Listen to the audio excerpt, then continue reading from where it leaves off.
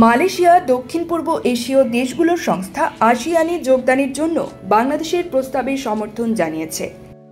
বাংলাদেশে মালয়েশিয়ার high commissioner হাজনাহ Mohammad Hashim বলেন, আসিয়ানের অধীনে 10টি সদস্য দেশ সমমর্যাদা ধারণ করে এবং কেউ একতরফাভাবে সদস্যপদের প্রস্তাব প্রত্যাখ্যান করতে পারে না। একজন ঘনিষ্ঠ বন্ধু হিসাবে আমি বলতে পারি, একদিন আপনাদের জন্য এ দরজা খুলবে। রোববার 15 সেপ্টেম্বর রাজধানীতে Bangladesh institute of international and strategic studies আয়োজিত বাংলাদেশ মালয়েশিয়ার সম্পর্ক সমৃদ্ধির দিকে যাত্রা শীর্ষক এক বক্তৃতায় হাই কমিশনার একথা জানান। এ সময় হাই কমিশনার তার বক্তব্যে বাংলাদেশের সঙ্গে সম্পর্ক জোরদারে মালয়েশিয়ার অঙ্গীকার পুনর্ব্যক্ত করেন। তিনি বলেন, আমরা আপনাদের বিশ্বস্ত বন্ধু, এটি আপনাদের স্বাধীনতার সূচনা থেকে প্রমাণিত। আমরা আমাদের বাংলাদেশি বন্ধুদের দিকে হাত বাড়িয়ে দিচ্ছি।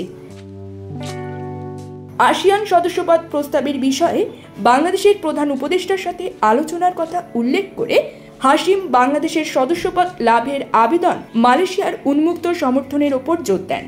হাশিম বাণিজ্য, বিনিয়োগ, শ্রম অভিবাসন, প্রযুক্তিগত ও শিল্প সহযোগিতা, মানব সম্পদ উন্নয়ন, কূটনীতি ও সাংস্কৃতিক বিনিময়ের মতো ক্ষেত্রগুলোতে বাংলাদেশ মালয়েশিয়া দ্বিপক্ষীয় সম্পর্ক সম্প্রসারণের গুরুত্ব তুলে ধরেন। তিনি বাংলাদেশ মালয়েশিয়া সম্পর্কের বর্তমান অবস্থা উন্নয়নে মূল্যবান পরামর্শ দেন এবং ভবিষ্যতে দুদেশের মধ্যকার সহযোগিতা আরও গভীর করারও দিক নির্দেশনা দেন।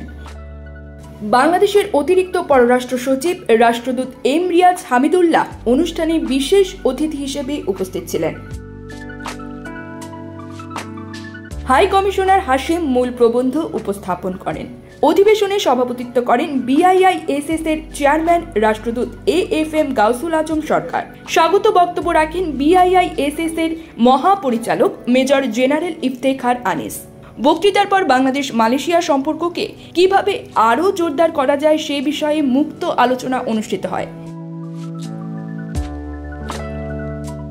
অনুষ্ঠানের মাধ্যমে কোভিড মহামারীর কারণে ছেদ পড়া BIISS এর কান্ট্রি লেকচার সিরিজও পুনরায় সূচিত হয়েছে। 2013 সালে প্রথম চালু হওয়া এই লেকচার সিরিজটির লক্ষ্য অংশীদার দেশগুলোর সাথে বাংলাদেশের বোঝাপড়া বাড়ানো এবং দ্বিপক্ষীয় সহযোগিতার সুযোগ অন্বেষণ।